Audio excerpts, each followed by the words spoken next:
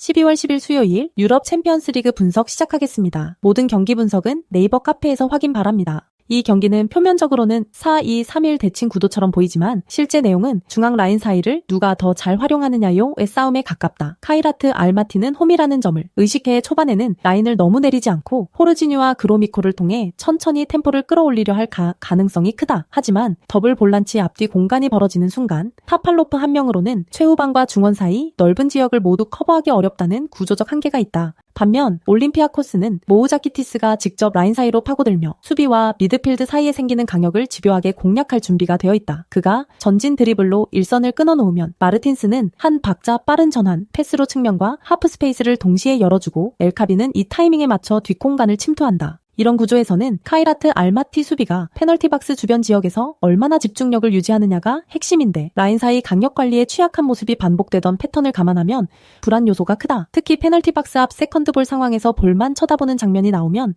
모우자키티스의 침투와 엘 카비의 연계 패턴을 제대로 막아내기 어렵다. 또한 카이라트 알마티는 공격으로 전환할 때 전개 속도가 한 박자씩 느려지는 경향이 있어 올림피아코스의 압박을 한 번 넘긴 뒤에도 상대 수비가 재정렬할 시간을 허용하는 문제가 있다. 올림피아코스 입장에서는 굳이 라인을 과도하게 올리지 않더라도 중원에서 수적 우위를 만들고 모우자키티스의 박스투박스 움직임을 활용해 자연스럽게 전진하면 된다. 그래서 경기 흐름은 카이라트 알마티가 홈에서 어느 정도 버티는 그림으로 출발하더라도 시간이 갈수록 중앙에서의 템포 차이와 라인 사이 활용 능력에서 올림피아코스가 우위를 가져갈 가능성이 높다. 카이라트 알마티가 세트피스나 역습 한두 번으로 반전을 만들 여지는 남아있지만 오히려 라인 강역이 벌어지는 구간이 길어질수록 실점 위험이 더 커지는 구조라는 점이 부담이다. 결국 이 매치는 모우자키티스가 최후방 수비 라인과 최전방 공격 라인 사이 공간을 얼마나 자주 장악하느냐, 그리고 그 전개가 엘카비의 마무리와 얼마나 자주 연결되느냐에 따라 스코어가 갈릴 가능성이 크다. 전술 밸런스와 라인 사이 활용 능력, 그리고 박스 근처에서의 결정력까지 감안하면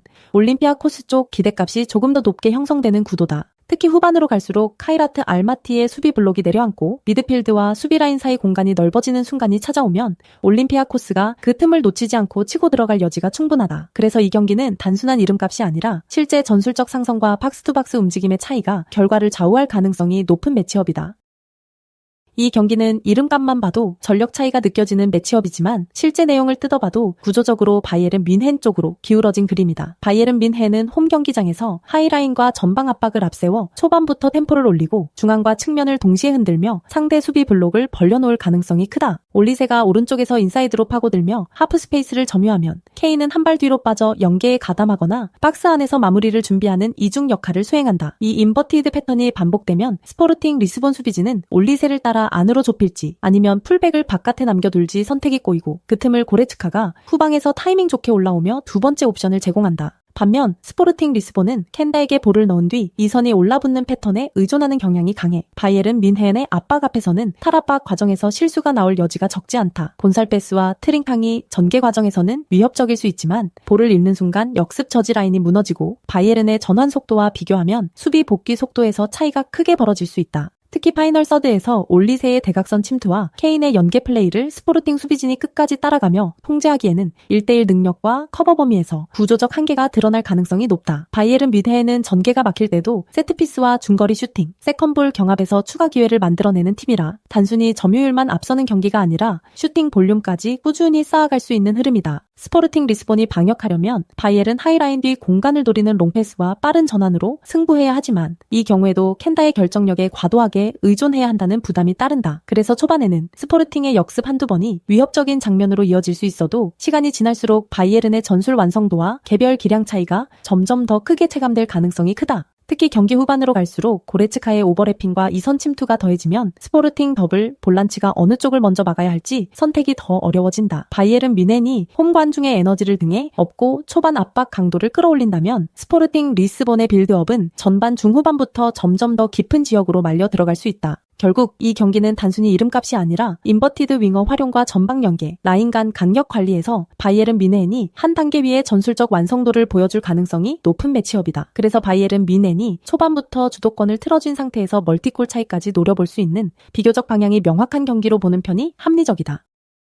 이 경기는 단순히 유럽 빅클럽 간의 이름값 대결이 아니라 최근 몇 시즌 동안 쌓아올린 전술 완성도와 팀 분위기의 격차가 정면으로 드러나는 매치업이다. 인터밀란은 3백을 기반으로 중앙 숫자를 확보한 뒤 라우타로와 튀랑을 향해 빠르고 정확한 전진 패스를 공급하며 하프 스페이스를 꾸준히 공략하려 할 것이다. 바렐라는 중원에서 압박과 탈압박을 모두 수행하면서 좌우로 공을 흔들어 리버풀의 더블 볼란치를 계속 뛰게 만들고 그 과정에서 라인 간 간격을 벌려낼 수 있다. 이 흐름 속에서 인터밀란의 윙백들이 하프 스페이스 바깥쪽을 오르내리며 크로스 각도를 만들어주면 라우타로의 문전 움직임과 튀랑의 피지컬이 곧바로 박스 안위협으로 이어진다. 세트피스 상황에서는 인터밀란이 준비된 패턴을 통해 니어파 포스트를 번갈아 공략하고 세컨드 상황에서도 슈팅 타이밍을 여러 번 만들어낼 수 있는 구조를 갖고 있다. 반면 리버풀은 4-2-3-1에서 이선과 최전방의 압박 라인이 따로 노는 장면이 자주 나오며 공을 빼앗긴 뒤 전환 수비에서 공백이 커지는 문제가 반복되고 있다. 에키티케와 각포, 소보슬러이가 공격 전개에 관여하더라도 후방 빌드업이 불안하면 자연스럽게 터치라인 근처에서만 공을 돌리다가 박스 근처 진입 전에 템포가 끊기는 패턴이 이어질 가능성이 크다. 게다가 팀 분위기가 가라앉아 있는 상황에서는 한 번 실점했을 때 라인 전체가 위축되기 쉽고 압박 강도도 애매한 중간 지점에서 멈추면서 상대에게 더 많은 세컨드 찬스를 허용할 위험이 크다.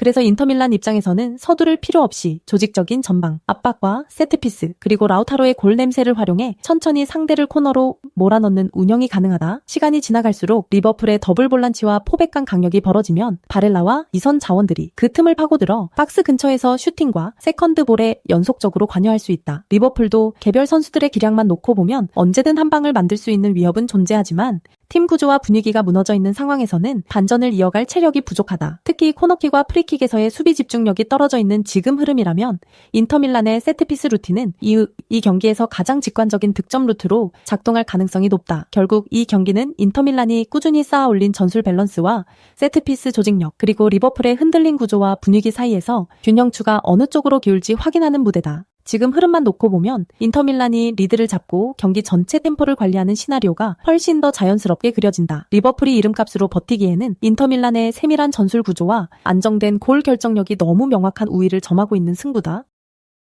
이 경기는 표면적으로는 같은 4-2-3-1 구도지만 실제 내용은 펄스9을 중심으로 한 바르셀로나의 전술 완성도가 프랑크푸르트의 직선적인 전개를 얼마나 압도할 수 있느냐의 싸움이다. 바르셀로나는 페란 토레스를 펄스9으로 두면서 전방 공격수가 2선으로 내려와 미드필더 숫자 싸움에 가담하는 장면을 반복적으로 연출하고 있다. 그래서 빌드업 초반부터 중원에 한 명을 더 두는 효과를 누리며 상대보다 한 박자 빠르게 전환 지점을 선점할 수 있는 구조를 만든다. 이때 페드리가 하프 스페이스에서 공을 받으면 야말과의 짧은 원투 패스로 측면과 중앙을 동시에 흔들어 놓고 페란이 다시 박스로 재침투하는 2차 움직임까지 이어지는 패턴이 형성된다. 이러한 2대1 패턴은 상대 수비의 오프사이드 트랩을 깨뜨리는 데 최적화되어 있어 프랑크푸르트 수비 라인이 한번 타이밍을 놓치면 곧바로 실점 위기로 직결될 수 있다. 반면 프랑크푸르트는 버카르트를 향한 직선적인 연결과 바호야, 도안리츠의 개개인 돌파에 의존하는 구간이 길어질수록 전개가 단조로워지고 선택지가 줄어드는 문제가 나타난다. 바르셀로나는 높은 라인과 전방 압박을 통해 프랑크푸르트의 1차 빌드업을 끊어놓고 공을 탈취한 뒤 곧바로 2선과 풀백을 활용한 빠른 전환으로 상대 진영을 두드릴 가능성이 크다. 특히 페란의 하강 움직임으로 미드필더 숫자 우위를 확보한 뒤 페드리와 야말이 라인 사이 공간을 파고들며 프랑크푸르트 더블, 볼란치 뒤쪽을 반복적으로 공략하는 그림이 예상된다. 프랑크푸르트가 이 흐름을 끊어내려면 버카르트의 뒷공간 침투와 도안리츠의 컷신 장면에서 높은 효율을 보여줘야 하지만 점유 싸움에서 밀리는 상황에서는 이러한 찬스 자체가 자주 나오지 않을 수 있다. 또한 바르셀로나는 경기 도중 레반도프스키를 투입해 정통 스트라이커를 세우는 순간 박스 안 점유율과 크로스 타깃을 동시에 높이며 전혀 다른 유형의 압박을 가할 수 있다. 그래서 프랑크푸르트 입장에서는 펄스9 기반의 라인 사이 압박과 레반도프스키 투입 이후에 박스 점유형, 공격 두 가지를 모두 대비해야 하는 부담을 안고 경기에 들어가야 한다. 그럼에도 불구하고 바르셀로나는 홈이라는 환경과 전술적 완성도 그리고 교체 카드의 폭까지 감안하면 경기 내내 주도권을 크게 빼앗기지 않을 가능성이 높다. 결국 이 경기는 펄스9으로 시작해 레반도프스키 카드로 마무리까지 가져갈 수 있는 바르셀로나의 전술 다양성이 프랑크푸르트의 단조로운 전개와 체력 분배 문제를 얼마나 벌려놓느냐에 따라 스코어 차이만 달라질 경기다.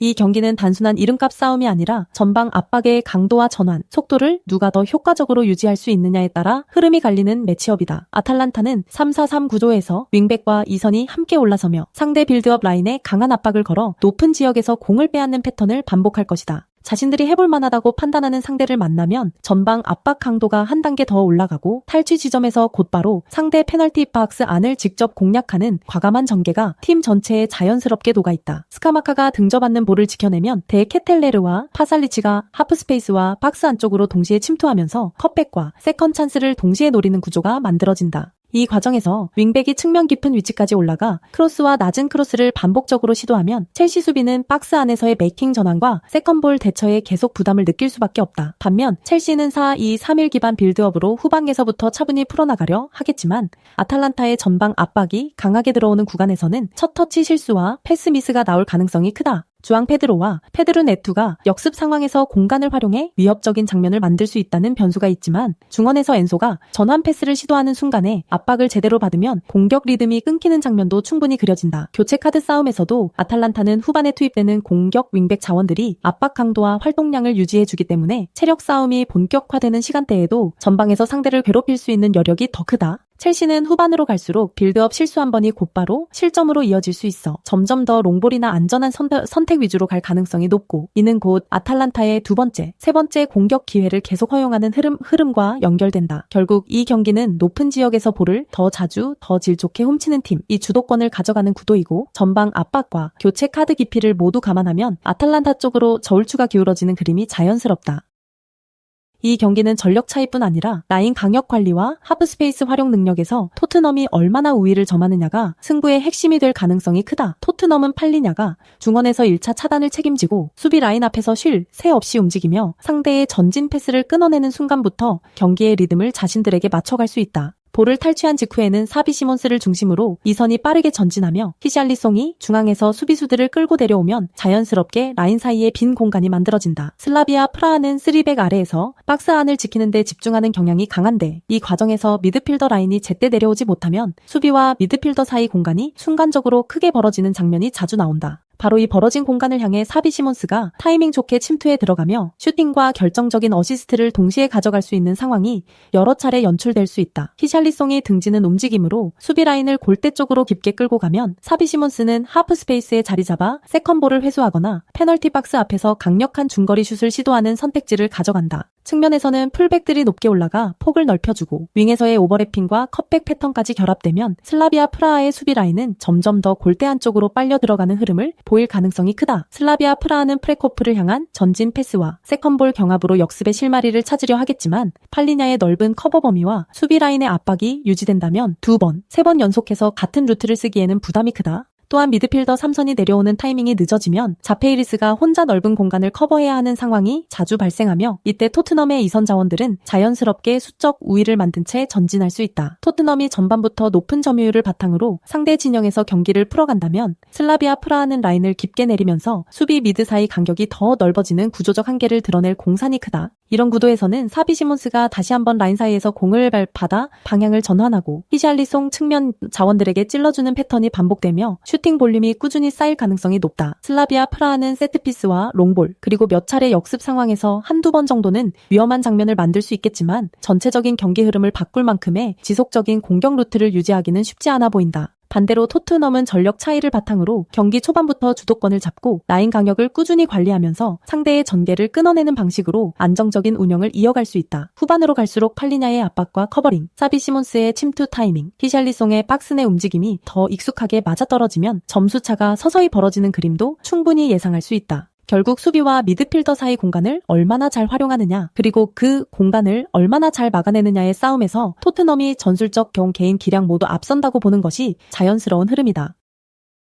이 경기는 표면적으로는 UCL 무대에서 만난 두 팀의 맞대결이지만 내용을 들여다보면 높은 라인을 쓰는 아인트호벤과 라인 브레이킹에 특화된 AT 마드리드의 구조 싸움에 가깝다. 아인트호벤은 홈에서 점유율을 높이고 전방 압박을 통해 상대를 자기 진영에 묶어두려 할 것이고 페리시치와 반 본메레 측면 돌파와 크로스로 초반 분위기를 끌어올리려 할 것이다. 스하우턴이 중원에서 빌드업 리듬을 잡아주면 전개 자체는 안정적으로 보일 수 있지만 최종 수비 라인을 높게 유지하는 구조적 특성 때문에 수비 뒷공간 노출은 피하기 어렵다. 수비진이 전진한 상태에서 라인 간 간격이 벌어지면 한 번 볼 경합에 밀렸을 때 곧바로 하프라인 뒤쪽이 크게 비는 장면이 나올 수 있다. 문제는 이런 구조적 리스크가 줄리아노 시모네처럼 라인 브레이킹에 특화된 공격수를 만났을 때 배가 된다는 점이다. 줄리아노 시모네는 오프사이드 트랩을 끝까지 노려보다가 수비가 반발 늦게 올라서는 순간을 파고드는 타입이라 VAR로 확인해도 번복하기 어려운 수준의 절묘한 타이밍으로 볼 장면을 연출할 수 있다. 훌리안 알바레즈는 전방에서 내려와 공을 받아주고 다시 박스 안으로 재침투하면서 수비 라인을 끌어내고 그 틈 사이로 줄리아노 시모네가 뒷공간을 파고드는 연계 후 침투 패턴을 반복할 가능성이 크다. 파블로 바리오스는 중원에서 볼을 탈취한 뒤 곧바로 전진 패스나 측면 전환으로 수비 라인의 균형을 깨뜨리며 전환 속도에서 아인트호벤보다 한 박자 빠른 그림을 보여줄 여지가 충분하다. 여기에 AT 마드리드는 교체 카드까지 풍부해 후반 중반 이후에도 빠른 발을 가진 공격 자원과 에너지 넘치는 미드필더들을 투입하면서 뒷공간 침투 패턴을 유지할 수 있다. 반면 아인트호벤은 전반에는 압박과 점유로 버틸 수 있겠지만 시간이 지날수록 수비수들의 체력 저하와 복귀 속도 감소로 인해 수비 뒷공간 약점이 점점 더 크게 드러날 공산이 크다. 특히 라인이 높이 형성된 상태에서 한 번만 크로스 전환이나 직선 패스를 허용하면 센터백 뒷공간으로 깊게 파고드는 AT 마드리드 공격수에게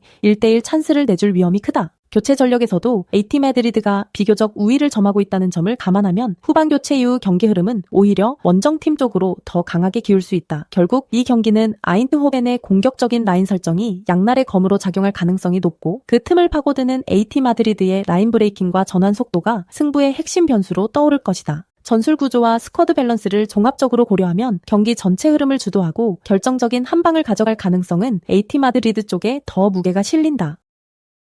이 경기는 전술적인 틀 자체보다 장거리 원정에서 비롯된 피로도와 포켓 공간 활용 능력이 승부를 가르는 핵심 키워드가 될 가능성이 높다. 홈팀 AS 모나코는 3-4-3 구조에서 골로빈을 중심으로 중권을 넓게 흔들며 좌우 스윙 패스로 갈라타사라이의 더블 볼란치를 계속 움직이게 만들 것이다. 그래서 상대 중원 라인이 좌우로 끌려다니는 순간 발로그는 수비 라인 어깨를 타고 뒷공간으로 파고들고 미나미노는 하프 스페이스에서 한번 받아준 뒤 다시 박스 안으로 들어가며 연속적인 패턴 플레이를 보여줄 가능성이 크다. 반면에 갈라타사라이는 이카르디의 박스 장악력과 사네의 측면 돌파, 균도안의 늦은 박스 침투라는 강점을 갖고 있지만 이 장점이 살아나려면 중원 압박과 전방 압박이 동시에 작동해야 한다. 튀르키예에서 모나코까지 이어지는 장거리 이동과 낯선 원정 환경을 고려하면 전반부터 과도한 하이프레스를 가져가기보다는 중간 블록에서 버티는 선택을 할 가능성이 높다. 그렇게 되면 AS 모나코 입장에서는 골로빈이 비교적 여유있게 공을 잡을 수 있고 윙백까지 포진해 폭을 넓히면서 상대 수비 블록의 옆구리를 찢어내는 전개를 편하게 가져갈 수 있다. 또한 홈팀 AS 모나코는 볼을 잃은 직후 전환 압박에서 강점을 보여온 팀이라 갈라타사라이의 1차 빌드업이 피로 누적으로 느려지는 순간 높은 지역에서의 탈취와 빠른 슈팅 연결이 나올 여지도 충분하다. 그래도 갈라타사라이가 보유한 이카르디의 결정력과 사네의 단독 돌파 능력을 감안하면 역습 한두 번에서 위협적인 장면을 만들어낼 여지는 분명히 존재한다. 그럼에도 불구하고 시간이 지날수록 장거리 원정의 피로도가 누적되면 원정팀 갈라타사라이의 라인 간 간격은 벌어지고 뒷공간과 포켓의 관리가 느슨해지는 패턴이 나타날 가능성이 높다. 이때 발로군의 직선적인 침투와 미나미노의 유기적인 포지션 변경, 골로빈의 스윙 패스가 동시에 맞물리면 홈팀 AS 모나코가 박스 근처에서 두 번째, 세 번째 찬스를 이어가는 구도가 그려진다. 또한 세컨볼 경쟁 상황에서도 3백 뒤를 커버하는 중원 라인의 집중력이 좋아 루즈볼이 나올 때마다 다시 공격으로 이어지는 장면이 반복될 수 있다. 결국 이 경기는 장거리 원정, 전환, 속도, 포켓 공간 침투라는 세 가지 요소가 한쪽으로 기울어지는 순간 흐름이 완전히 넘어갈 수 있는 매치업이다. 전체적인 전술 밸런스와 체력 배분, 이동 거리까지 감안하면 홈팀 AS 모나코가 경기 리듬을 더 오래 쥐고 흔들 확률이 분명히 높다. 여기에 초반부터 골로빈의 패스 템포와 발로군 담멍 미나미노의 움직임이 맞아 떨어진다면 스코어상으로도 점점 홈팀 쪽으로 기울어지는 그림을 예상해 볼 수 있다. 네이버 카페에 오시면 전 경기 분석글 확인하실 수 있습니다. 구독, 좋아요 누르시고 보다 빠르게 분석글 받아보시기 바랍니다. 감사합니다.